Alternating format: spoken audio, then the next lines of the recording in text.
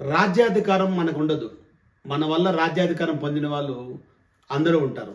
కానీ మనం చెప్పుకుంటే 42% మనకే వస్తుంది. 149, 150 కులాల బీసీలు ఉన్నామని చెప్పుకుంటాం.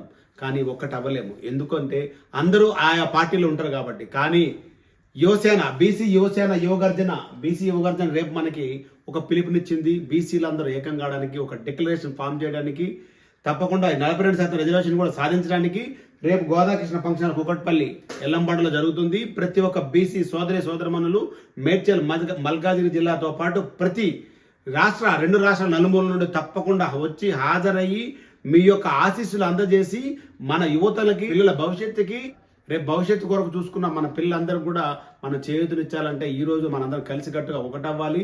అలా ఒకటైనప్పుడే మనం బీసీ యువ గర్జన ద్వారా మన హక్కులు సాధించుకుంటాము. మరొకసారి దయచేసి ప్రతి ఒక్కరు హాజరయ్యి, పొద్దున్న 9 గంటల నుండి సాయంత్రం 4 గంటలు జరుగుతుంది. మధ్యాహ్నం లంచ్ కూడా ఉంటుంది. ప్రతి ఒక్కరు హాజరవుతారని, మనందరం ఒకటని చూపించుకోవడానికి ఇది మంచి మార్గం. ఇలాంటి మంచి కార్యక్రమాలకి మనందరి సహకారం ఉండాలి. అందరం కలిసి ముందుకెళ్దాం, ముందు నడిపిద్దాం. బీసీ యువ గర్జన. జై బీసీ.